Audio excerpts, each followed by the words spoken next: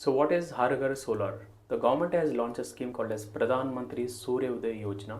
Under this scheme, up to 1 crore households will get subsidy up to 40% for solar rooftop power system installation. So this is to promote the solar in the country, right? So how to apply it? You have to go to the government portal, which is solarrooftop.gov.in. You have to select a state, enter a consumer number, mobile number, email ID. Once a login is created, you have to apply for the solar rooftop. So once that is done, you will get a feasibility approval, and then you can do the installation.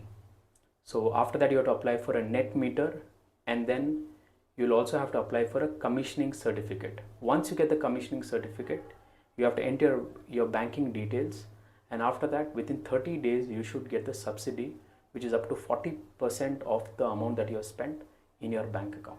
Thank you.